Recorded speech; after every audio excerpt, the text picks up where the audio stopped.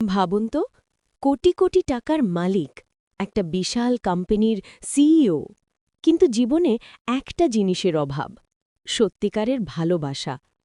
টাকা, ক্ষমতা, সম্মান সবই আছে, কিন্তু এমন একজন মানুষ নেই যে তাকে তার টাকার জন্য নয়, মন থেকে ভালোবাসবে। তাই একদিন সে নিল একটা অদ্ভুত সিদ্ধান্ত। নিজের পরিচয় লুকিয়ে ছেঁড়া কাপড় পরে একজন ভিখারির ছদ্মবেশে রাস্তায় গিয়ে বসল ভিক্ষা করতে। তার লক্ষ্য একটাই, মানুষের আসল মনটা দেখা। সারাদিন কেটে গেল, অনেকেই পাশ দিয়ে গেল, কেউ তাকাল না, কেউ সাহায্য করল না।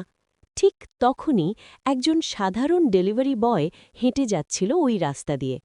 ছেলেটা থামল, তার পকেটে তেমন কিছু ছিল না, তবুও সে 10 টাকা বের করে মেয়েটার হাতে দিল। মাত্র 10 টাকা, কিন্তু সেই 10 টাকাতেই সিইও মেয়েটার মন গলে গেল। সে ভাবল, এই ছেলেটার মনটা আলাদা, একে আরেকটু পরীক্ষা করা দরকার। ছেলেটা চলে যেতে চাইলে মেয়েটা তার হাত ধরে বলল, আমার বাড়ি যাওয়ার ভাড়াওটাও নেই, আর একটু সাহায্য করবে? ছেলেটা অবাক হয়ে বলল, আর কত লাগবে?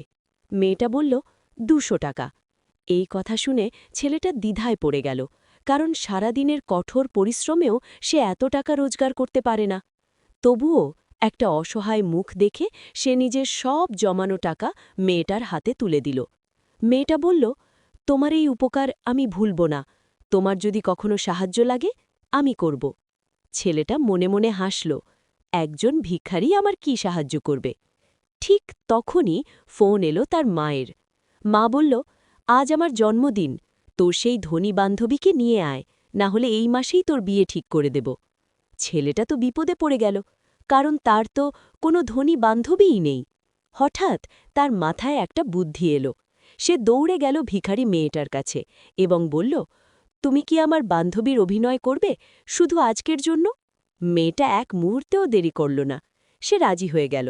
তবে একটা শর্ত দিল, ভালো কাপড় কিনে দিতে হবে, না হলে প্রথম দেখাতেই ধরা পড়ে যাব। ছেলেটা তাকে নিয়ে গেল শপিং মলে। আর যখন মেয়েটা পুরনো ছেঁড়া কাপড় বদলে নতুন পোশাক পরে বের হয়ে এলো, ছেলেটা অবাক হয়ে দাঁড়িয়ে রইল। তার চোখ বিশ্বাস করতে পারছিল না, রাস্তার সেই ভিখারি মেয়েটা এত সুন্দর, এত অভিজাত, এত রাজকীয়। সে বুঝতেই পারল না এই মেয়েটা আসলে কে, আর তার জীবন কিভাবে বদলে যেতে চলেছে। এরপর কি হবে? মেয়েটার আসল পরিচয় জানলে ছেলেটার প্রতিক্রিয়া কি হবে?